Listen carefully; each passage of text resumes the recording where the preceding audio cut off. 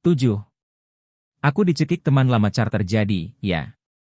Sadie pergi melakukan petualangan sampingan dengan seorang pemuda, membiarkanku melakukan tugas membosankan, mencari cara untuk menyelamatkan dunia. Mengapa terdengar tidak asing? Oh, benar. Sadie memang selalu begitu. Jika tiba waktunya untuk melangkah maju, kita bisa mengandalkannya untuk berbelok mengikuti sasarannya sendiri yang menyimpang dari fokus. Kenapa kau berterima kasih kepadaku, Sadie? Itu tadi bukan pujian. Setelah pesta dansa Brooklyn Academy, aku merasa jengkel. Sudah cukup buruk dipaksa berdansa dengan teman Sadie, Laci.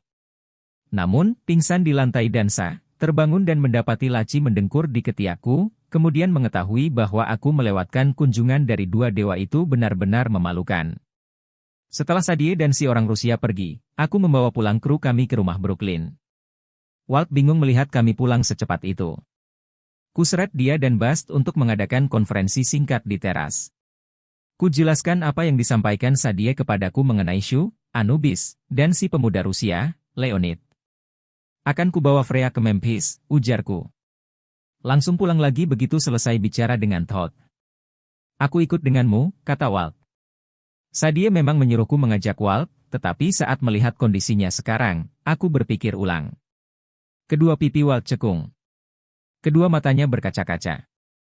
Aku sangat khawatir melihat betapa dia tampak lebih buruk sejak kemarin.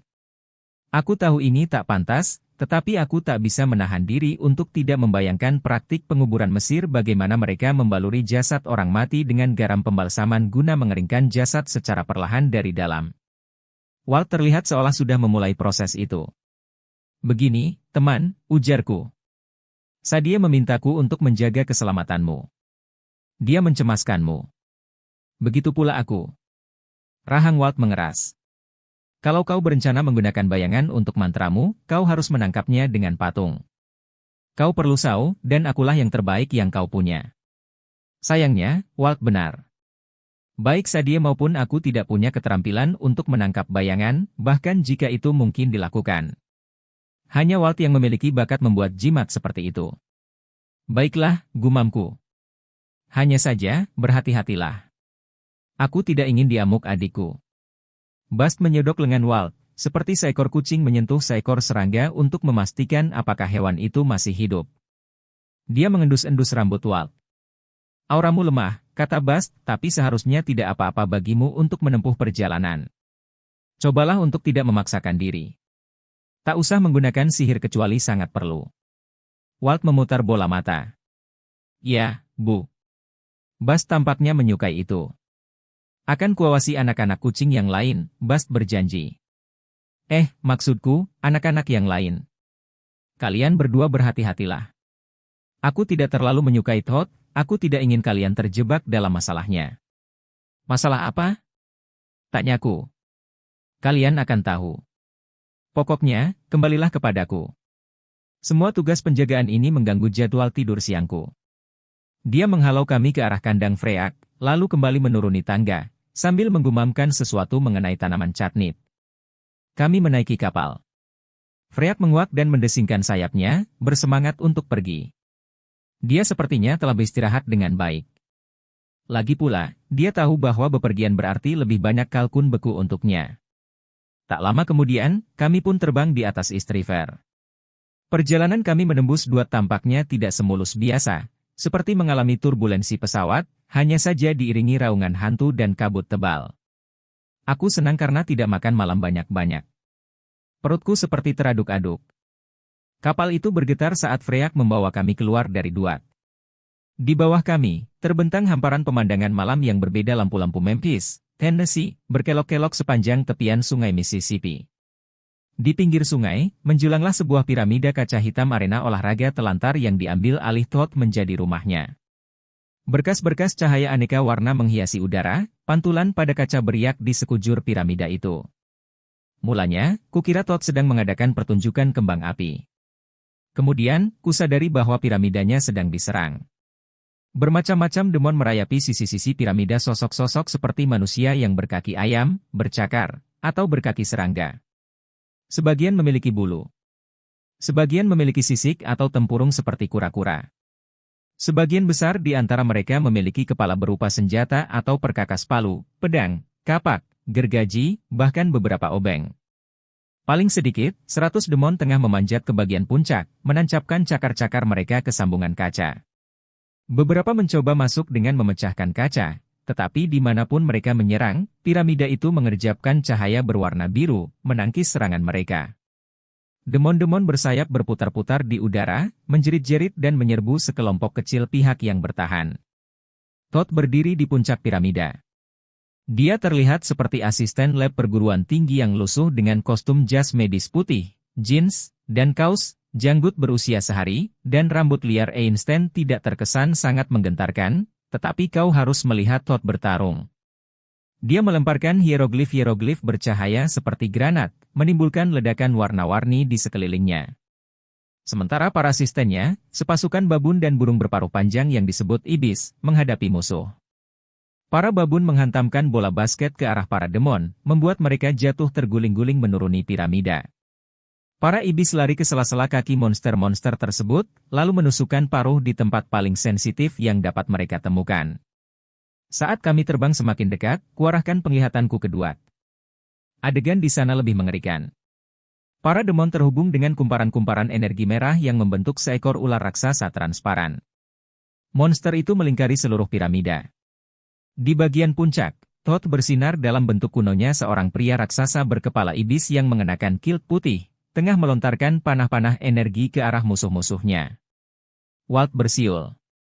Bagaimana mungkin para manusia tidak menyadari pertempuran seperti ini? Aku tidak yakin, tetapi aku teringat beberapa berita tentang bencana baru-baru ini. Badai besar menyebabkan banjir di sepanjang sungai Mississippi, termasuk di Memphis sini. Ratusan orang terpaksa mengungsi. Para penyihir mungkin bisa melihat apa yang sesungguhnya terjadi, tetapi manusia biasa yang masih ada di kota itu mungkin mengira ini hanya sebuah badai hujan yang hebat. Aku akan membantu Todd, ujarku. Kau tinggallah di kapal. Tidak, tolak Walt. Bast bilang aku hanya boleh menggunakan sihir dalam keadaan darurat. Ini memenuhi syarat. Aku tahu Sadia akan membunuhku jika aku membiarkan Walt terluka. Di lain pihak, nada bicara Walt mengatakan kepadaku bahwa dia tidak mau mundur. Dia bisa bersikap hampir sama keras kepalanya dengan adikku jika dia mau. Baiklah, ujarku. Pegangan. Setahun lalu, jika menghadapi pertempuran seperti ini, aku pasti meringkuk seperti bola dan berusaha bersembunyi. Bahkan pertempuran kami di Piramida Merah Natal lalu rasanya tidak ada apa-apanya dibandingkan dengan menyerang pasukan demon hanya dengan dibantu seorang pemuda yang sedang sakit dan Griffin yang agak sinting. Freyak menukik dari langit malam sambil menjerit dan membelok tajam ke kanan, memelesat melintasi bagian samping piramida. Dia menelan demon-demon yang lebih kecil dan mencabik-cabik yang lebih besar dengan sayapnya yang seperti gergaji mesin. Beberapa demon yang selamat terlindas oleh kapal kami. Saat Freyak mulai naik lagi, Walt dan aku melompat keluar, berjuang mempertahankan keseimbangan di kaca yang miring itu.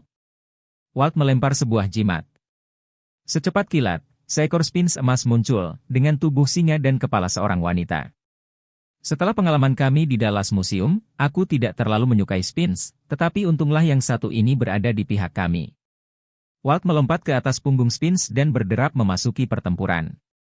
Sphinx itu menggeram dan menerkam sesosok demon reptil, mencabik-cabiknya hingga kecil. Monster-monster yang lain lari kocar-kacir. Aku tidak menyalahkan mereka. Seekor singa raksasa sudah cukup menakutkan, tetapi kepala wanita yang menggeram-geram membuatnya lebih menakutkan lagi, dengan mata zamrud yang kejam, mahkota Mesir yang gemerlapan, dan mulut bertaring dengan pulasan lipstik yang terlalu tebal. Aku memanggil Hopesku dari Duat. Kupanggil kekuatan Horus, dan avatar biru bercahaya si dewa perang terbentuk di sekitarku. Segera saja aku diselubungi sosok berkepala Raja Wali setinggi 6 meter. Aku melangkah maju. Avatar menirukan gerakanku. Kuayunkan pedangku ke arah demon terdekat, dan pedang raksasa si avatar yang bersinar-sinar melibas mereka seperti pin permainan bowling. Sebenarnya, dua demon memang berkepala pin bowling. Jadi, kurasa itu pantas. Para babun dan ibis pelan-pelan berhasil maju melawan serbuan demon-demon itu. Freyak terbang mengitari piramida, menggigiti demon-demon bersayap atau menghantam mereka hingga jatuh dengan kapalnya. Todd terus melemparkan granat-granat hieroglif. Menggembung, teriaknya. Hieroglif yang sesuai melayang di udara, meledak di dada sesosok demon diiringi semburan cahaya. Seketika itu juga, demon tersebut menggembung seperti balon air dan jatuh terguling-guling dari piramida sambil menjerit-jerit. Rata! Pot meledakan demon lain, yang kemudian roboh dan memipih menjadi sehelai keset berbentuk demon. Masalah pencernaan? Teriak Todd. Demon malang yang diserang dengan mantra itu berubah menjadi hijau dan menekuk tubuhnya. Aku berjalan menyeruak kerumunan monster, melempar mereka ke samping dan mengiris mereka hingga menjadi debu. Segala sesuatu berjalan dengan sangat baik sampai sesosok demon bersayap melakukan serangan kamikaze ke dadaku. Aku roboh ke belakang, menghantam piramida dengan kekuatan begitu besar sampai-sampai aku kehilangan konsentrasi. Perisai sihirku buyar. Aku pasti meluncur jatuh dari piramida jika demon itu tidak mencengkeram leherku dan menahanku di tempat. Charter Kane. Dia mendesis. Kau ini gigih, tapi bodoh. Aku mengenali wajah itu seperti mayat dalam pelajaran anatomi yang memiliki otot dan daging, tetapi tidak berkulit. Matanya yang tidak berpelupuk menyala merah. Kedua taringnya dipamerkan dalam satu seringai keji. Kau, gerutuku. Ya. Demon itu terkekeh, cakarnya semakin erat mencengkeram leherku. Aku. Wajah horor Letnan Seth di piramida merah, dan mikrofon rahasia Apopis. Kami telah membunuhnya dalam bayang-bayang monumen Washington, tetapi kurasa itu tidak berarti apa-apa. Dia telah kembali, dan menilai dari suaranya yang paros serta mata merahnya yang berkilat-kilat, dia masih dirasuki oleh ular yang paling tidak kusukai. Aku tidak ingat dia bisa terbang, tetapi kini sayap kelelawar yang kasar mencuat dari kedua bahunya. Dia mengangkangiku dengan kaki ayamnya, kedua tangannya mencengkeram leherku. Napasnya berbau seperti jus fermentasi dan semprotan sigung. Aku bisa saja membunuhmu berkali-kali, kata demon itu, tapi kau membuatku tertarik, Charter. Aku berusaha melepaskan diri darinya. Kedua lenganku bagaikan berubah menjadi timah. Aku nyaris tak mampu memegang pedang. Di sekeliling kami, suara pertempuran menjadi hening. Freyak terbang di atasku, tetapi sayapnya mengepak sedemikian lambat sampai-sampai aku bisa melihatnya. Sebuah hieroglif meledak dalam gerak lambat seperti pewarna di dalam air. Apopis tengah menarikku lebih jauh ke dalam duat. Aku dapat merasakan kegelisahanmu, kata demon itu. Kenapa kau terus bertarung dalam pertempuran yang sia-sia ini? Tidakkah kau sadar apa yang akan terjadi? Gambar-gambar berkilasan dalam benakku. Aku melihat hamparan perbukitan yang bergeser dan semburan api. Demon-demon bersayap berputar di angkasa bersulfur. Arwah-arwah orang mati berlarian ke sana kemari di perbukitan, meratap putus asa dan menggapai-gapai mencari pegangan. Mereka semua tertarik ke arah yang sama menuju setitik kegelapan di Cakrawala. Apapun itu, daya tariknya sekuat lubang hitam. Ia mengisap arwah-arwah, membengkokkan bukit-bukit dan gumpalan api ke arahnya. Bahkan, para demon di udara pun menggeliang-geliut. Membungkuk di dalam naungan sebuah tebing, sosok putih berkilauan seorang wanita berusaha menambatkan diri melawan arus gelap itu. Aku ingin menjerit. Wanita itu adalah ibuku. Hantu-hantu lain melayang melewatinya, seraya meraung tanpa daya. Ibuku mencoba menggapai, tetapi dia tidak dapat menyelamatkan mereka. Adegan berganti. Aku melihat padang pasir Mesir di tepian Kairo dalam terik matahari. Tiba-tiba saja, pasir menyembur. Seekor ular merah muncul dari dunia bawah. Dia menerjang langit dan, entah bagaimana, dengan sungguh tak masuk akal menelan matahari dalam sekali lahap. Dunia menjadi gelap.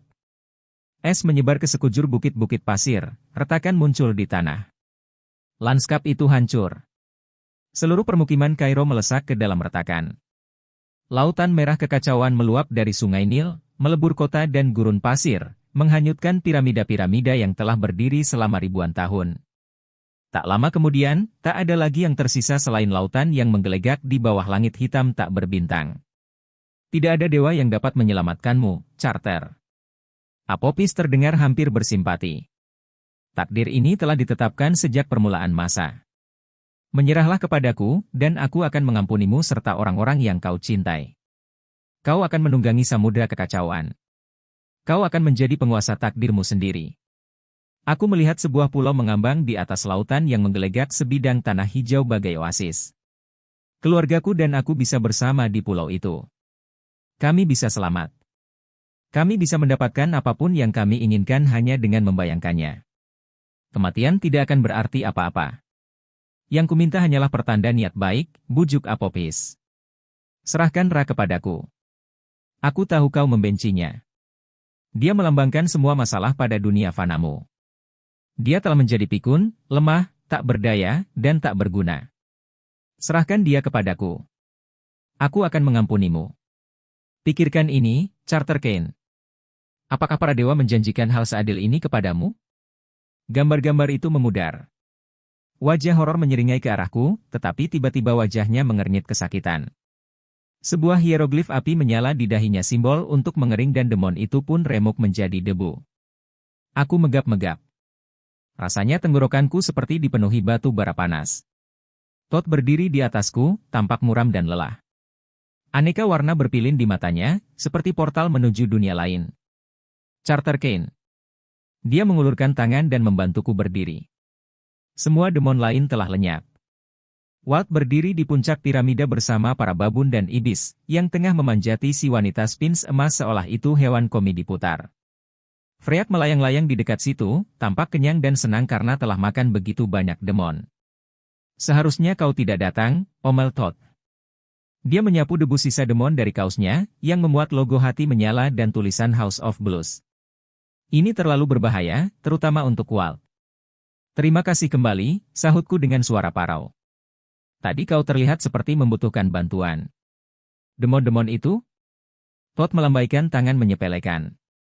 Mereka akan kembali persis sebelum matahari terbit. Mereka menyerang setiap 6 jam sekali selama seminggu terakhir. Sangat mengganggu. Setiap 6 jam sekali? Aku mencoba membayangkan itu. Jika Todd melawan pasukan seperti itu beberapa kali sehari selama seminggu, aku tidak mengerti bagaimana sesosok dewa sekalipun bisa memiliki kekuatan sebesar itu. Di mana dewa-dewi lain? Tanyaku. Bukankah seharusnya mereka membantumu? Todd mengerutkan hidung seolah mencium bau demon yang mengalami masalah pencernaan. Mungkin sebaiknya kau dan Walt masuk. Karena kau sudah di sini, banyak yang harus kita bicarakan. Akan kukatakan ini mengenai Todd. Dia tahu cara menghias piramida. Bekas lapangan basket di arena itu masih dipertahankan, sudah jelas agar babun-babunnya bisa bermain. Babun sangat suka bola basket.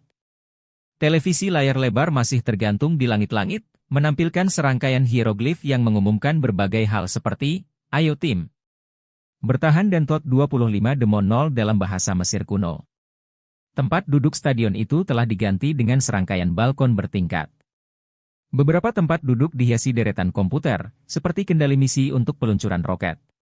Tempat duduk lain dilengkapi meja yang diseraki tabung kimia, lampu bunsen, botol-botol silinder berisi cairan pekat berasap, botol-botol berisi organ-organ yang diawetkan, dan benda-benda aneh. Tempat duduk paling tinggi digunakan sebagai ruang penyimpanan gulungan naskah perpustakaan yang sepertinya sama besar dengan yang ada di Nome pertama. Di belakang tiang basket sebelah kiri, berdirilah papan tulis setinggi 3 lantai yang dipenuhi perhitungan dan hieroglif. Pada balok penopang, sebagai ganti spanduk kemenangan dan nomor-nomor yang tak dipakai lagi, tergantunglah permadani hias berwarna hitam dan bersulam mantra-mantra emas. Bagian tepi lapangan adalah area tempat tinggal Todd, dapur standar yang terpisah, sekumpulan sofa dan kursi malas mewah, tumpukan buku, berember-ember Lego dan Tinker Toys, selusin televisi layar datar yang menampilkan acara berita dan dokumenter yang berbeda, serta sekumpulan gitar listrik dan pengeras suara, segala sesuatu yang diperlukan sesosok dewa yang gampang terpecah perhatiannya agar dapat mengerjakan 20 hal sekaligus. Babun Todd membawa Freya ke ruang loker untuk merawat dan mengistirahatkannya. Kurasa, mereka khawatir Freya mungkin akan memangsa para iblis karena hewan itu memang agak mirip kalkun. Todd menoleh ke arah Walt dan aku, memandangi kami dengan penuh penilaian. Kalian butuh istirahat. Setelah itu, aku akan menyiapkan makan malam untuk kalian. Kami tak punya waktu, sahutku. Kami harus Charter Kane. Hardik Todd. Kau baru saja bertempur melawan Apophis, dipaksa melepaskan Horus dari dirimu, diseret ke Duat dan setengah dicekik. Kau tidak berguna bagi siapapun kecuali kau sempat tidur. Aku ingin memprotes, tetapi Todd menempelkan tangan ke dahiku. Rasa letih tiba-tiba menguasaiku. Beristirahatlah, desak Todd. Aku ambruk ke atas sofa terdekat. Aku tidak tahu pasti berapa lama aku tertidur, tetapi Walt bangun lebih dulu. Ketika aku bangun, dia dan Todd sedang sibuk berbincang-bincang. Tidak, kata Todd, itu tidak pernah dilakukan. Lagi pula, aku khawatir kalian tidak punya waktu. Kata-katanya terhenti ketika dia melihatku duduk. Ah, bagus, Carter. Kau sudah bangun. Apa yang kulewatkan? Tidak ada, jawabnya, sedikit terlalu ceria. Mari makan. Meja dapurnya disarati daging yang baru dipotong, sosis, iga, dan roti jagung, plus sedispenser besar es teh. Todd pernah mengatakan kepadaku bahwa memanggang adalah sebentuk sihir, dan kurasa dia benar. Aroma makanan membuatku melupakan semua kesulitanku untuk sementara. Aku melahap seporsi roti lapis daging dan meminum 2 gelas es teh. Walt menggigiti sebatang iga, tetapi tampaknya dia tidak terlalu berselera makan. Sementara itu, Todd mengambil sebuah gitar Gibson. Dia memainkan nada kuat yang menggetarkan lantai. Dia sudah lebih baik daripada terakhir kali aku mendengarnya. Rangkaian nada yang dimainkan benar-benar terdengar seperti rangkaian nada, bukan suara seekor kambing gunung yang tengah disiksa. Aku memberi isyarat dengan sepotong roti jagung. Tempat ini terlihat bagus. Hot terkekeh. Lebih baik daripada markasku yang terakhir, ya? Pertama kali aku dan Sadie bertemu dengan Dewa Pengetahuan, dia menyembunyikan diri di sebuah kampus universitas lokal. Dia menguji kami dengan mengirim kami melakukan perburuan untuk menghancurkan rumah Elvis Presley, ceritanya panjang, tetapi kuharap kami sekarang sudah melewati fase pengujian. Aku lebih senang duduk-duduk di tepi lapangan sambil menyantap hidangan panggang. Kemudian, aku teringat gambaran yang ditunjukkan oleh wajah horor kepadaku ibuku berada dalam bahaya, kegelapan menelan jiwa-jiwa orang mati, dunia lebur dalam lautan kekacauan kecuali satu pulau kecil yang mengapung di atas ombak. Ingatan itu agak merusak selera makanku. Jadi, aku mendorong piringku menjauh, ceritakan kepadaku tentang serangan para demon. Dan, apa yang tadi kau katakan kepada Walt?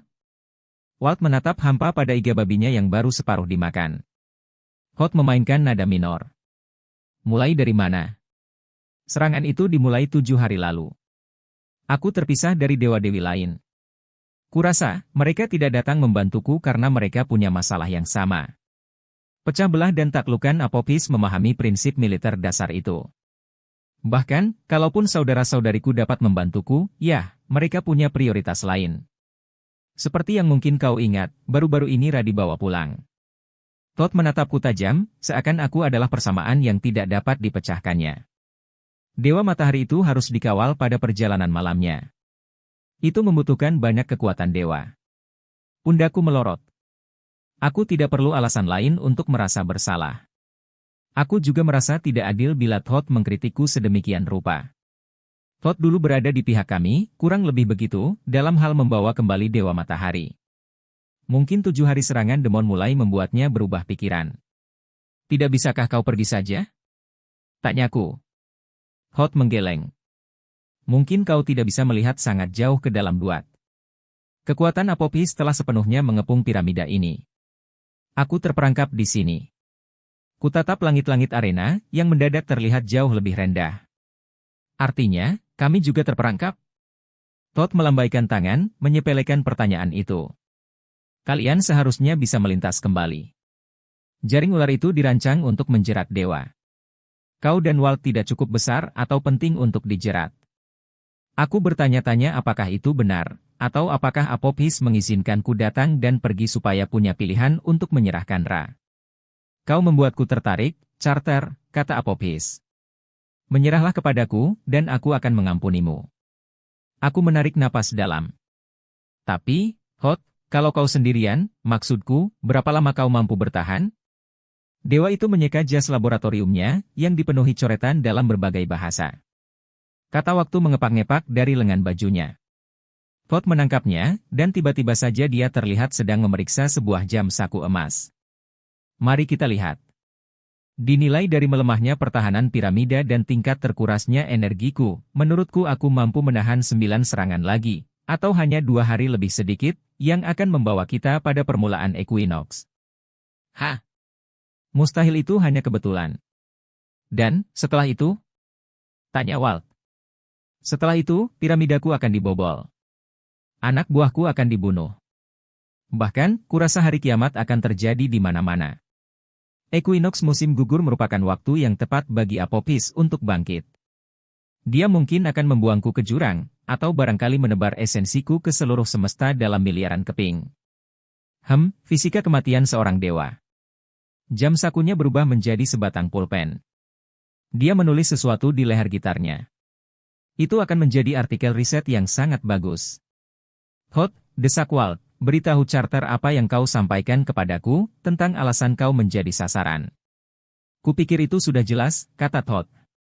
Apophis ingin mengalihkan perhatianku agar tidak membantu kalian. Itulah alasan kalian datang, bukan? Untuk mencari tahu mengenai bayangan si ular. Sejenak, aku terlalu kaget sehingga tak bisa bicara. Bagaimana kau bisa tahu? Tolong, ya. Todd memainkan lagu Jimi Hendrix, lalu meletakkan gitarnya. Aku ini dewa pengetahuan. Aku tahu cepat atau lambat kalian akan menyimpulkan bahwa satu-satunya harapan kalian untuk menang tergantung pada kutukan bayangan. Kutukan bayangan, ulangku. Itu mantra sungguhan dengan nama sungguhan? Bisa berhasil? Dalam teori. Dan, kau tidak memberikan informasi ini secara sukarela karena? Hot mendengus. Pengetahuan yang ada nilainya tidak bisa diberikan begitu saja. Pengetahuan semacam itu harus dicari dan diusahakan. Kau sekarang seorang guru, Carter. Seharusnya kau tahu itu. Aku tidak yakin apakah harus mencekik atau memeluknya. Jadi, aku sekarang mencari pengetahuan itu. Aku mengusahakan pengetahuan itu. Bagaimana aku bisa mengalahkan Apophis? Aku senang sekali kau bertanya. Todd menatapku berbinar-binar dengan matanya yang beraneka warna. Sayangnya, aku tak bisa mengatakannya kepadamu. Aku melirik Walt. Kau ingin membunuhnya atau biar aku saja? Nah, kata Todd, aku bisa membimbingmu sedikit. Tapi, kau harus menghubungkan bintik-bintiknya, seperti kata pepatah. Titik-titiknya, aku mengoreksi. Ya, katanya, kau berada di jalur yang benar. Shout dapat digunakan untuk menghancurkan dewa, atau bahkan Apophis sendiri. Dan, ya, seperti semua entitas yang memiliki kesadaran, Apophis memiliki bayangan, meski dia menyembunyikan dan menjaga bagian jiwanya itu dengan sangat baik. Jadi, di mana letaknya? Tanyaku. Bagaimana kami menggunakannya? Todd membentangkan kedua tangannya. Pertanyaan kedua tidak bisa kujawab. Pertanyaan pertama tidak boleh kujawab. Walt mendorong piringnya. Sejak tadi, aku sudah berusaha mengorek hal itu darinya, Carter. Sebagai dewa pengetahuan, dia tidak terlalu membantu. Ayolah, Hot, ujarku.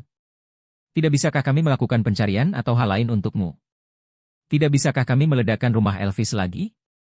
Tawaran yang menarik, kata si dewa. Tapi, kau harus paham, memberikan lokasi bayangan sosok abadi meski itu Apophis kepada sosok fana adalah kejahatan yang serius. Dewa-dewi lain sudah menganggapku pengkhianat. Selama berabad-abad, aku membuka terlalu banyak rahasia kepada umat manusia. Aku mengajari kalian seni menulis. Aku mengajari kalian sihir dan mendirikan dewan kehidupan. Itu sebabnya para penyihir masih menghormatimu, timpalku. Jadi, bantulah kami satu kali lagi. Dengan memberi manusia pengetahuan yang dapat digunakan untuk menghancurkan para dewa? Hot mendesah. Dapatkah kau memahami alasan saudara-saudaraku merasa keberatan mengenai hal semacam ini? Tanganku mengepal. Aku memikirkan arwah ibuku meringkuk di bawah tebing, berjuang keras untuk mempertahankan diri. Kekuatan gelap itu pastilah bayangan Apophis. Apophis telah menunjukkan gambaran itu untuk membuatku putus asa. Seiring kekuatannya yang bertambah, bayangannya juga bertambah kuat. Bayangan itu menarik arwah-arwah orang mati, memangsa mereka. Aku bisa menebak bahwa bayangan tersebut berada di suatu tempat di dalam Duat, tetapi itu tidak membantu. Itu seperti mengatakan di suatu tempat di Samudra Pasifik. Duat sangatlah luas. Aku menatap marah kepada Todd. Pilihan lain yang kau punya adalah tidak membantu kami dan membiarkan Apophis menghancurkan dunia. Aku mengerti maksudmu, dia mengakui. Dan, itulah sebabnya aku masih bicara denganmu. Ada satu cara untuk menemukan lokasi bayangan itu. Dulu sekali, ketika masih muda dan naif, aku menulis buku semacam penelitian lapangan berjudul Kitab Todd. Nama yang gampang diingat, gumam Walt. Pikirku juga begitu. Timpal Todd. Bagaimanapun, buku itu menguraikan setiap bentuk dan penyamaran yang dapat digunakan tiap-tiap dewa, tempat-tempat persembunyian mereka yang paling rahasia segala macam rincian memalukan. Termasuk cara menemukan bayangan mereka? Tanyaku. Aku tidak mau berkomentar. Bagaimanapun, aku tak pernah mengira buku itu akan dibaca manusia, tapi buku itu dicuri pada zaman kuno oleh seorang penyihir licik. Di mana buku itu sekarang? Tanyaku. Kemudian, kuangkat kedua tanganku. Tunggu, biar ku tebak. Kau tidak bisa mengatakannya kepada kami. Sejujurnya, aku tidak tahu, kata Todd. Penyihir licik ini menyembunyikan buku itu. Untungnya, dia mati sebelum sempat memanfaatkan buku itu secara penuh, tapi dia telah menggunakan pengetahuan dari buku itu untuk membuat sejumlah mantra, termasuk kutukan bayangan. Dia menuliskan pemikirannya dalam edisi istimewa Kitab Menaklukkan Apophis. Setne, kataku. Dialah penyihir yang kau bicarakan. Memang. Tentu saja mantranya hanya bersifat teoretis. Aku saja tidak pernah punya pengetahuan itu. Seperti yang kau ketahui, semua salinan gulungannya sekarang telah musnah. Jadi, tidak ada harapan, ujarku. Jalan buntu. Oh, tidak, sahut Todd. Kau bisa bertanya kepada Setne sendiri. Dia yang menulis mantra itu. Dia menyembunyikan kitab Todd yang, bisa jadi menguraikan lokasi bayangan itu. Kalau mau, dia bisa membantumu. Tapi, bukankah Setne sudah mati ribuan tahun lalu? Todd meringis. Ya. Dan, itu baru masalah pertama. Todd bercerita tentang Setne kepada kami. Setne tampaknya sangat terkenal di Mesir kuno seperti Robin Hood, Merlin, dan Attila Tehun digabung menjadi satu. Semakin banyak yang kudengar, semakin aku tidak ingin bertemu dengannya.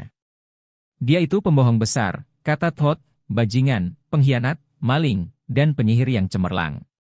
Dia membanggakan diri karena telah mencuri buku-buku pengetahuan, termasuk milikku.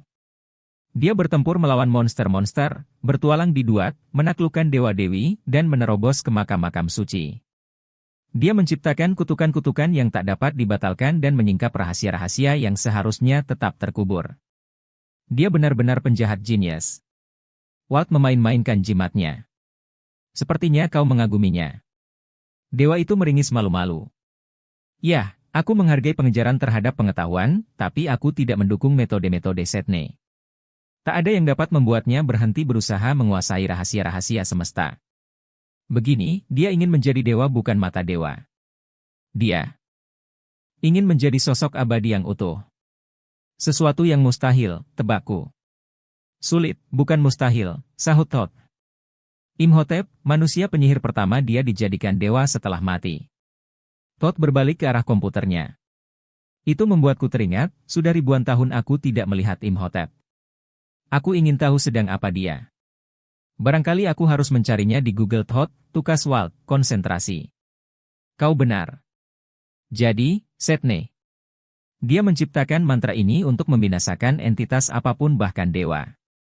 Aku tidak pernah mendukung pengetahuan semacam itu jatuh ke tangan manusia, tapi secara hipotetis, kalau kalian memerlukan mantra untuk mengalahkan Apophis, kalian mungkin bisa meyakinkan Setne untuk mengajarkan mantra itu kepada kalian dan memandu kalian mencari bayangan Apophis. Hanya saja, Setne sudah mati, ujarku. Kita terus kembali kepada fakta itu. Walt duduk tegak.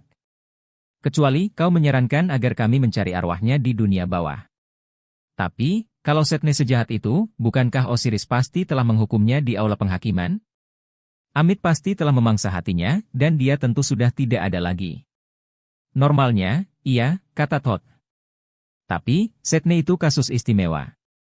Dia sangat pandai membujuk. Bahkan, di hadapan pengadilan dunia bawah pun dia mampu, memanipulasi sistem hukum. Sudah sering Osiris menjatuhkan hukuman pemusnahan, tapi Setne selalu berhasil menghindar.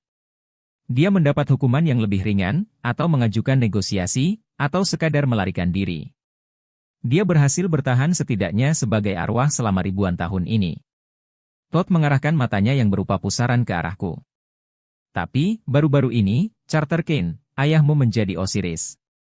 Dia mengambil langkah-langkah tegas terhadap hantu-hantu pemberontak dalam upaya mengembalikan Maet ke dunia bawah.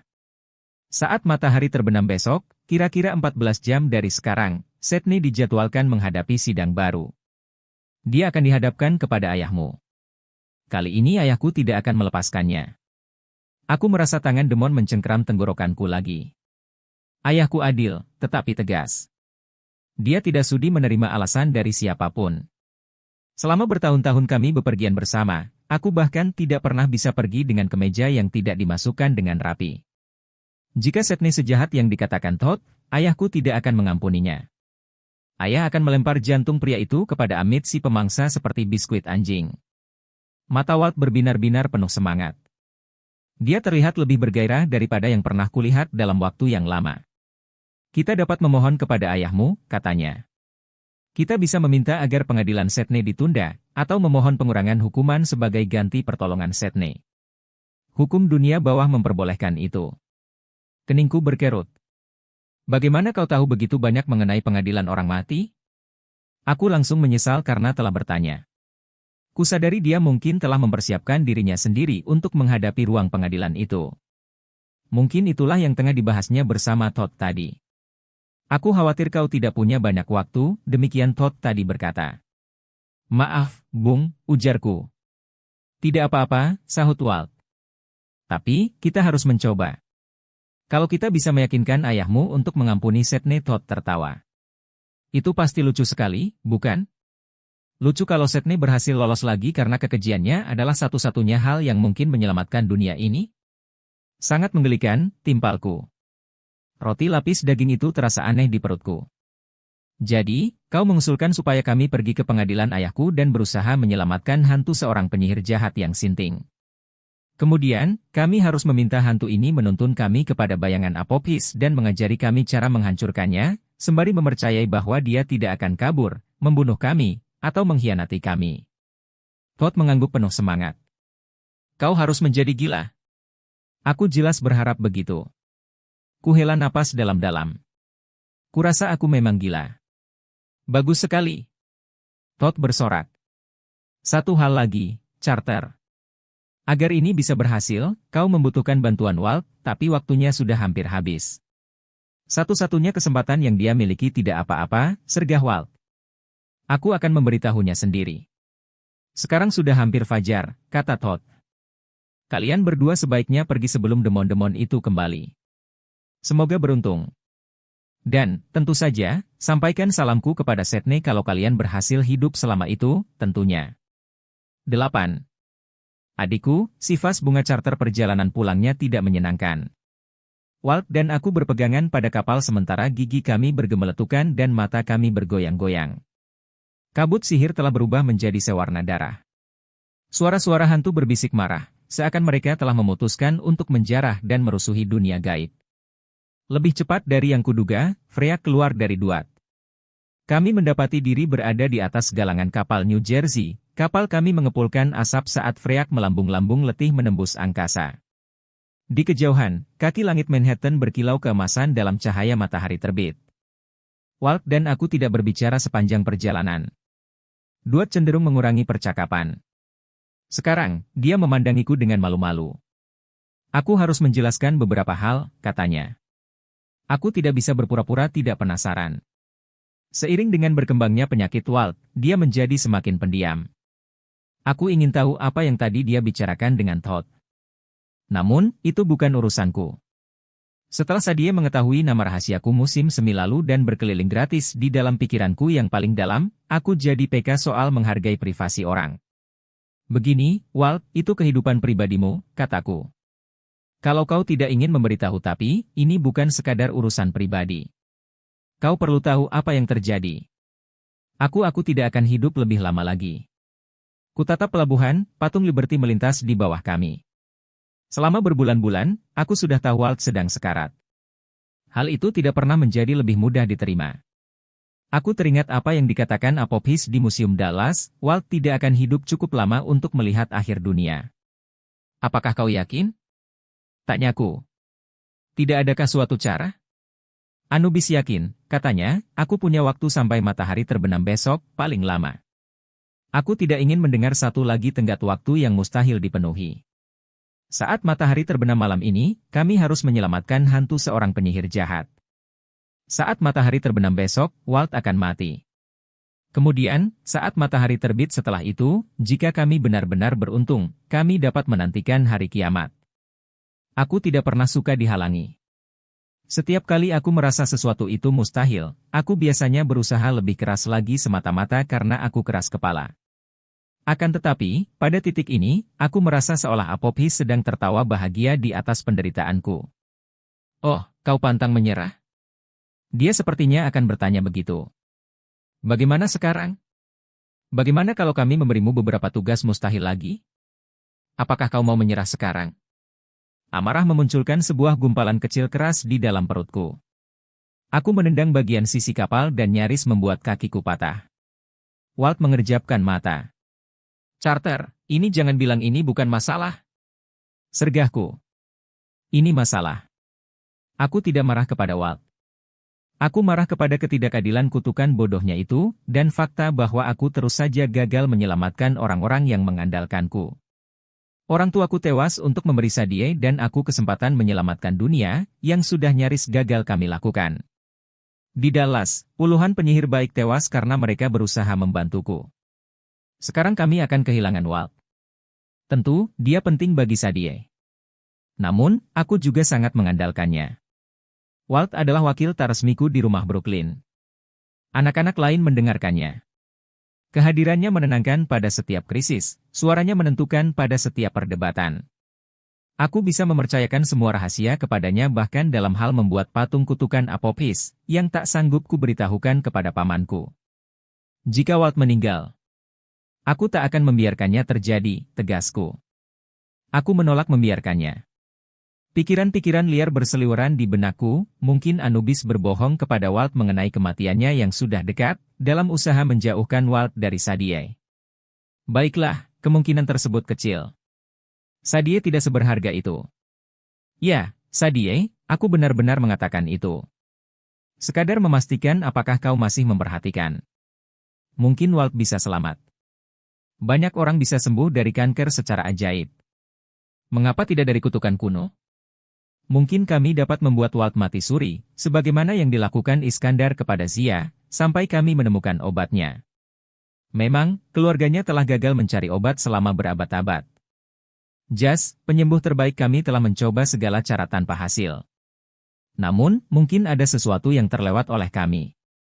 Carter, kata Walt, maukah kau membiarkanku menyelesaikan perkataanku? Kita harus membuat rencana. Bagaimana kau bisa setenang ini? Desaku. Walt meraba kalung Shenya, yang kembarannya telah dia berikan kepada Sadie. Sudah bertahun-tahun aku tahu mengenai kutukan ini. Aku tidak akan membiarkan hal itu menghalangiku melakukan apa yang perlu kulakukan. Dengan satu atau lain cara, aku akan membantumu mengalahkan Apophis. Bagaimana caranya? Tanyaku. Kau baru saja bilang Anubis punya ide, kata Walt. Selama ini dia membantuku memahami kekuatanku. Maksudmu? Aku melirik tangan Walt. Beberapa kali aku melihatnya mengubah berbagai benda menjadi abu hanya dengan menyentuhnya, seperti yang dia lakukan kepada Sphinx di Dallas. Kekuatan yang tidak berasal dari benda-benda sihirnya. Tidak ada yang memahaminya dan, seiring memburuknya penyakit Walt, dia tampaknya semakin tak mampu mengendalikannya, yang membuatku berpikir dua kali sebelum melakukan tos dengan Walt. Walt meregangkan jari-jarinya. Anubis merasa dia paham alasan aku punya kekuatan itu. Selain itu, ada hal lain lagi. Dia pikir mungkin ada cara untuk memperpanjang hidupku. Kabar itu sedemikian bagus sampai-sampai aku mengeluarkan tawa gemetar. Kenapa kau tidak bilang? Dia bisa mengobatimu. Tidak, kata Walt. Bukan obat. Dan, ini berisiko. Tidak pernah dilakukan sebelumnya. Itu yang tadi kau bicarakan dengan Todd. Walt mengangguk. Bahkan, kalau rencana Anubis berhasil, mungkin ada efek samping. Kau mungkin tidak menyukainya. Dia melirihkan suara. Sadie mungkin tidak menyukainya. Sayangnya, imajinasiku sangat hidup. Kubayangkan Walt berubah menjadi sejenis makhluk yang tidak mati, mumi yang kisut, bayang pucat, atau demon yang jelek. Dalam sihir Mesir, efek samping bisa teramat ekstrim. Aku berusaha tidak menunjukkan emosiku. Kami ingin kau hidup. Jangan mencemaskan Sadie. Aku tahu dari mata Walt bahwa dia sangat mencemaskan Sadie. Serius, apa sih yang dia lihat dalam diri adik perempuanku? Berhenti memukuliku, Sadie. Aku cuma berkata jujur. Walt meregangkan jemarinya. Mungkin hanya hayalanku, tetapi kurasa aku melihat kepulan asap abu-abu tipis bergulung dari kedua tangannya, seolah sekadar membicarakan kekuatan anehnya membuat kekuatan itu menjadi aktif. Aku tidak akan mengambil keputusan sekarang, kata Walt. Tidak sampai aku menarik napas penghabisanku. Aku ingin bicara dulu dengan Sadie, menjelaskan kepadanya. Dia meletakkan tangannya di sisi kapal. Tindakan yang salah. Jalinan buluh itu berubah kelabu saat tersentuh olehnya. Walt, hentikan. Pekiku. Dia menarik tangannya, tetapi sudah terlambat. Kapal itu hancur menjadi abu. Kami langsung menggapai tali. Untunglah tali itu tidak hancur mungkin karena Walt lebih berkonsentrasi sekarang.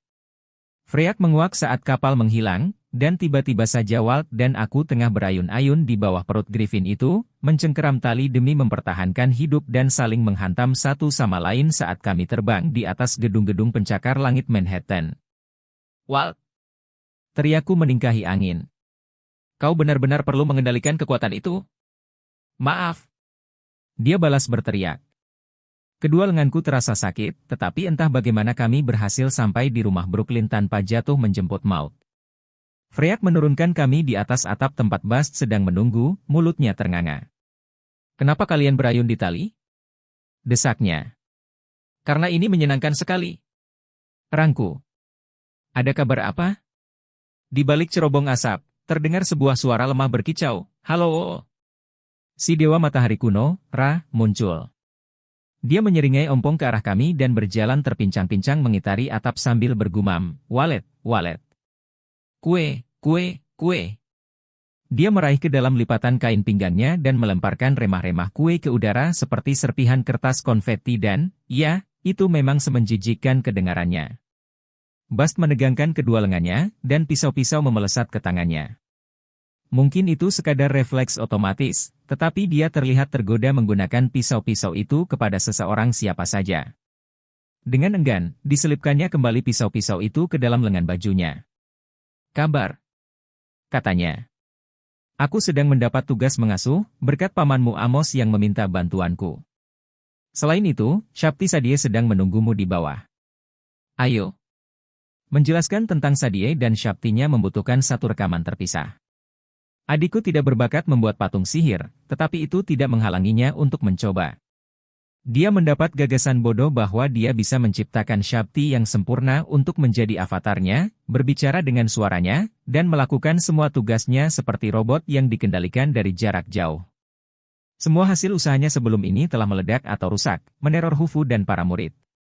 Minggu lalu, dia menciptakan sebuah termos sihir bermata robot yang mengambang di sekeliling ruangan sambil berteriak, musnahkan! Musnahkan! Sampai benda itu menghantam kepalaku. Shakti terakhir Sadie adalah Sadie Junior mimpi buruk seorang tukang kebun. Karena tidak terlalu berbakat seni, Sadie telah menciptakan sosok manusia tak jelas dari vas bunga keramik berwarna merah, yang disatukan dengan sihir, tali, dan lakban. Wajahnya berupa jambangan yang dibalik dengan raut wajah sederhana yang digambar menggunakan spidol. Sudah waktunya. Makhluk jambangan itu tengah menunggu di kamarku ketika aku dan Walt masuk. Mulutnya tidak bergerak, tetapi suara Sadie menggema dari dalam wajah jambangan itu seolah dia terjebak di dalam Shakti. Pikiran itu membuatku senang. Jangan senyum-senyum. Perintahnya. Aku bisa melihatmu, Charter. Oh, dan, halo, Walt. Monster jambangan itu mengeluarkan suara berderit nyaring saat berdiri tegak. Satu tangan berat terangkat dan berusaha membenahi rambut Sadie yang tidak ada. Serahkan kepada Sadie untuk merasa sadar diri di sekitar anak lelaki, bahkan ketika dia terbuat dari jambangan dan lakban. Kami bertukar cerita. Sadie menyampaikan kepada kami mengenai serangan yang akan dialami Nome pertama pada saat Fajar Equinox, dan persekutuan antara pasukan Sarah Jacobi dengan Apophis. Kabar yang sangat bagus. Hebat sekali. Sebagai gantinya, aku memberitahu Sadie mengenai pertemuan kami dengan Todd. Ku sampaikan gambaran-gambaran yang ditunjukkan Apophis kepadaku mengenai situasi genting ibu kami di Duat, yang membuat si monster jambangan bergetar, dan akhir dunia, yang tampaknya tidak membuatnya terkejut sama sekali. Aku tidak mengatakan kepada Sadie mengenai tawaran Apophis untuk mengampuniku jika aku menyerahkan Ra. Aku tidak merasa nyaman mengumumkan hal itu sementara Ra berada persis di luar pintu kamarku, menyanyikan lagu-lagu mengenai kue. Namun, aku memberitahu Sadie mengenai hantu jahat Setne, yang pengadilannya akan dimulai saat matahari terbenam di aula penghakiman. Paman Vinie, kata Sadie. Maaf, tanyaku. Wajah yang berbicara kepadaku di Museum Dallas, kata Sadie, itu jelas Setne sendiri. Dia memperingatkanku bahwa kita membutuhkan bantuannya untuk memahami mantra kutukan bayangan. Dia bilang kita harus menggunakan pengaruh dan membebaskan dia sebelum matahari terbenam malam ini. Maksudnya pasti pengadilan itu. Kita harus membujuk ayah untuk membebaskannya. Aku sudah bilang bahwa menurut Hop dia adalah psikopat keji, bukan? Monster jambangan itu mengeluarkan suara berdecak. Carter, tidak apa-apa. Berteman dengan psikopat adalah salah satu keahlian kita. Sadie menolehkan kepala jambangannya ke arah Walt. Kau akan ikut, bukan? Nada bicara Sadie sedikit diwarnai omelan, seolah dia masih marah karena Walt tidak menghadiri pesta dansa pingsan massal di sekolah. Aku akan ikut, Walt berjanji. Aku baik-baik saja. Walt melemparkan tatapan memperingatkan kepadaku, tetapi aku tidak berniat membantahnya. Apapun yang tengah direncanakan oleh Walt dan Anubis, aku bisa menunggu dia menjelaskan hal itu terlebih dulu kepada Sadie. Terjun ke tengah drama Sadie Walt Anubis terdengar sama asyiknya dengan terjun ke dalam blender.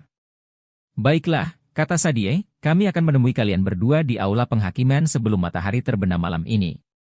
Seharusnya, itu memberi kami cukup waktu untuk merampungkan urusan. Merampungkan urusan? Tanyaku, dan, siapa kami itu? Sulit untuk membaca mimik muka wajah jambangan, tetapi keraguan Sadie sudah cukup memberitahuku. Kau tidak lagi berada di nome pertama, tebakku. Apa yang kau lakukan? Urusan kecil, kata Sadie. Aku pergi menemui Bess. Aku mengerutkan kening. Sadie pergi menemui Bess di rumah Jompo hampir tiap minggu bukan masalah sama sekali, tetapi mengapa harus sekarang? Kau paham, kan, kita sedang buru-buru? Ini perlu. Sadie bersikeras. Aku mendapat ide yang mungkin dapat membantu proyek bayangan kita. Jangan cerewet. Zia bersamaku. Zia? Sekarang giliranku merasa sadar diri. Jika aku berwujud jambangan, pasti aku sedang memeriksa rambutku. Itu sebabnya Bast menjaga hari ini? Apa tepatnya yang kau lakukan bersama Zia?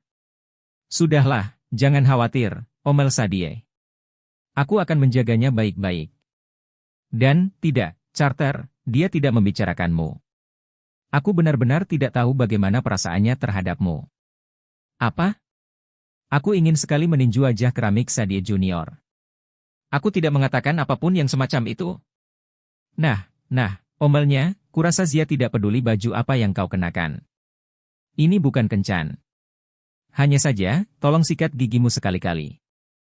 Aku akan membunuhmu, kataku. Aku juga menyayangimu, kakak sayang. Makasih. Makhluk pecah belah itu hancur berkeping-keping, meninggalkan segundukan serpihan dan wajah tanah liat merah yang tengah tersenyum ke arahku. Walt dan aku bergabung dengan Bast di luar kamarku. Kami bersandar pada terali yang menghadap ke aula besar sementara Ra melompat-lompat di balkon sambil mendendangkan lagu-lagu anak dalam bahasa Mesir kuno. Di bawah sana, murid-murid kami tengah bersiap-siap pergi sekolah. Sepotong sosis menyembul dari mulut Julian saat dia menggeledah ranselnya. Felix dan Sean tengah berdebat mengenai siapa yang mencuri buku teks matematika siapa. Si kecil Shelby sedang mengejar anak-anak balita lain dengan segenggam krayon yang menyemburkan bunga api berwarna pelangi. Aku tak pernah punya keluarga besar, tetapi tinggal di rumah Brooklyn, aku merasa seperti memiliki selusin saudara lelaki dan perempuan. Di luar kegilaannya, aku menikmati tinggal bersama mereka dan ini membuat keputusanku selanjutnya lebih sulit lagi. Ku beritahu Bast mengenai rencana kami mendatangi aula penghakiman. Aku tidak menyukainya, kata Bast. Walt berhasil tertawa. Apa ada rencana yang lebih kau sukai? Bast menelengkan kepala. Karena kau menanyakannya, tidak. Aku tidak suka rencana. Aku ini kucing. Meskipun demikian, kalau separuh saja dari apa yang kudengar mengenai Sydney itu benar aku tahu, tukasku. Tapi, ini satu-satunya kesempatan kita. Dia mengerutkan hidung. Kau tidak ingin aku ikut? Kau yakin? Mungkin aku bisa meminta Nut atau Shu untuk menjaga Ra. Tidak, jawabku. Amos akan memerlukan bantuan di Nome pertama. Jumlah pasukannya tidak cukup untuk menahan serangan dari para penyihir pemberontak dan Apopis. Bast mengangguk. Aku tidak bisa memasuki Nome pertama, tapi aku bisa berpatroli di luar. Kalau Apopis muncul, aku akan mengajaknya bertarung. Apopis akan berada dalam kekuatan penuh, Walt memperingatkan. Setiap jam, dia akan jadi semakin kuat. Bast mengangkat dagunya dengan sikap menantang. Aku pernah bertarung dengannya sebelum ini, Walt Stone. Aku mengenalnya lebih dari siapapun. Lagi pula, aku berutang hal itu kepada keluarga Carter. Juga kepada Yang Mulia Ra. Kucing! Ra muncul di belakang kami, menepuk-nepuk kepala Bast, lalu melompat pergi. Meong, meong, meong. Melihat Ra berjingkrak ke sana kemari, aku ingin berteriak dan melemparkan barang-barang. Kami telah mempertaruhkan segalanya untuk membangkitkan Dewa Matahari Tua itu, berharap kami akan mendapatkan Firaun Dewa yang dapat berhadapan langsung dengan Apopis. Namun, kami malah mendapatkan sesosok monster botak keriput yang mengenakan kain pinggang. Serahkan Ra kepadaku, desak Apopis. Aku tahu kau membencinya. Aku berusaha mengenyahkannya dari pikiranku, tetapi aku tidak benar-benar sanggup menghapus bayangan tentang sebuah pulau di lautan kekacauan surga pribadi tempat orang-orang yang kucintai aman. Aku tahu itu dusta. Apopis tak akan pernah memenuhi janji semacam itu. Namun, aku dapat memahami mengapa Sarah Jacobi dan Kuai tergoda. Selain itu, Apopis tahu cara membuat orang marah. Aku memang membenci Ra karena begitu lemah. Horus setuju denganku. Kita tidak membutuhkan si tua bodoh itu, suara si dewa perang berbicara dalam kepalaku.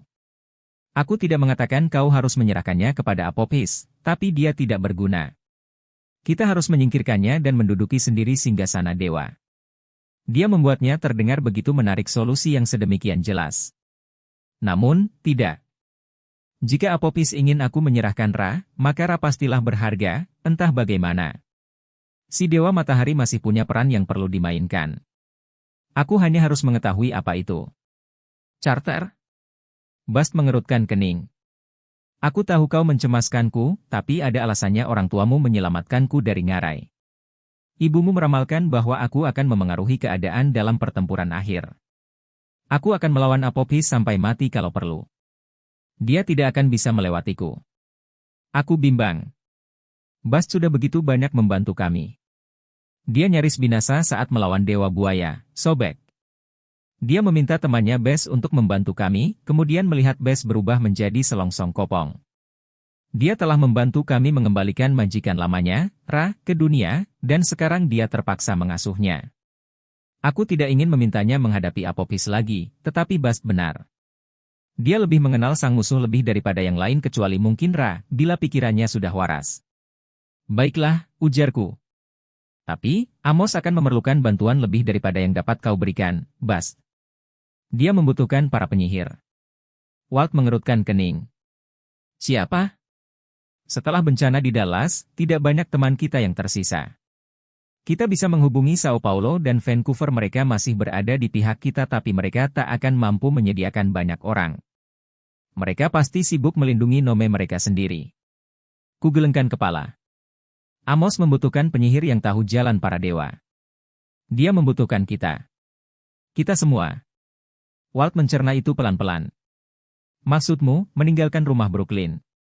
Di bawah kami, bocah-bocah kecil berlarian riang gembira sementara Shelby berusaha melabeli mereka dengan krayon berapinya. Khufu duduk di atas rak perapian sambil menyantap Cheerio, menonton Tucker yang berusia 10 tahun melambungkan sebuah bola basket ke patung Todd. Jazz sedang memasang perban di dahi Alisa. Mungkin dia terkena serangan termos nakal Sadia yang masih berkeliaran bebas. Di tengah semua ini, Cleo duduk di sofa, asyik membaca sebuah buku. Rumah Brooklyn adalah rumah sejati pertama yang pernah dikenal sebagian di antara mereka. Kami telah berjanji untuk menjaga dan mengajari mereka cara menggunakan kekuatan mereka. Kini, aku hendak mengirim mereka tanpa persiapan memasuki pertempuran paling berbahaya sepanjang masa. Carter, kata Bast, mereka belum siap. Mereka harus siap, tukasku. Kalau nome pertama jatuh, tamatlah semuanya. Apophis akan menyerang kita di Mesir, di sumber kekuatan kita. Kita harus bersama ketua lektor. Satu pertempuran terakhir. Walt menatap sedih ke arah aula besar, mungkin bertanya-tanya apakah dia akan mati sebelum pertempuran terjadi. Haruskah kita menyebarkan kabar ini kepada yang lain? Tidak sekarang, ujarku. Serangan para penyihir pemberontak pada nome pertama baru akan dilancarkan besok. Biarkan anak-anak menikmati satu hari terakhir di sekolah. Bast, setelah mereka pulang sore ini, aku ingin kau memimpin mereka ke Mesir. Gunakan Freyak, gunakan sihir apapun yang harus kau gunakan. Kalau semua berjalan lancar di dunia bawah, Sadie dan aku akan bergabung denganmu sebelum serangan. Kalau semua berjalan lancar, kata Bast masam. Ya, itu sering terjadi. Dia melirik Dewa Matahari yang tengah berusaha memakan kenop pintu kamar Sadie. Bagaimana dengan Ra? Tanyanya. Kalau Apophis menyerang 2 hari lagi. Ra harus terus melangsungkan perjalanan malamnya, ujarku. Itu bagian dari Maed. Kita tidak bisa mengacaukan itu. Tapi, pada pagi Equinox, dia perlu berada di Mesir. Dia harus menghadapi Apophis. Dalam keadaan seperti itu, Bast menunjuk dewa tua tersebut. Dengan cawatnya. Aku tahu, aku mengakui. Terdengar gila. Tapi, Apophis masih menganggap Ra sebagai ancaman. Mungkin berhadapan dengan Apophis dalam pertempuran akan mengingatkan Ra mengenai siapa dirinya. Dia mungkin akan menjawab tantangan itu dan menjadi seperti dulu. Walt dan Bast tidak menyahut. Aku tahu dari raut muka mereka bahwa mereka tidak percaya itu. Aku juga tidak. Ra tengah mengunyah kenop pintu Sadie dengan niat membunuh, tetapi kurasa dia tidak terlalu berguna melawan penguasa kekacauan. Meski demikian, rasanya menyenangkan memiliki rencana. Jauh lebih baik daripada hanya berdiri saja, hanyut dalam ketidakberdayaan situasi kami. Gunakan hari ini untuk mengorganisasi, ujarku kepada Bast. Kumpulkan sebagian besar gulungan naskah, jimat, senjata yang berharga apapun yang dapat kita pakai untuk membantu nome pertama. Beritahu Amos kalian akan datang. Walt dan aku akan menuju dunia bawah dan menemui Sadie. Kami akan menemuimu di Kairo. Bast mengerutkan bibir. Baiklah, Carter. Tapi, hati-hati terhadap Sydney. Seburuk apapun dia menurutmu, dia 10 kali lebih buruk daripada itu. Hei, kami pernah mengalahkan dewa kejahatan, aku mengingatkan Bast. Bast menggeleng. Set itu dewa. Dia tidak berubah. Bahkan, kita lumayan bisa meramalkan tindakan seorang dewa kekacauan. Sydney, di lain pihak, punya kekuatan dan sifat manusia yang tidak bisa ditebak. Jangan mempercayainya. Berjanjilah kepadaku. Itu mudah, sahutku. Aku berjanji. Walt melipat kedua tangannya. Jadi, bagaimana kita akan pergi ke dunia bawah? Portal tidak bisa diandalkan. Kita akan meninggalkan Freyak di sini, dan kapal kita sudah hancur. Aku memikirkan kapal lain, ujarku, sambil berusaha meyakini bahwa itu adalah gagasan yang bagus. Aku akan memanggil seorang teman lama.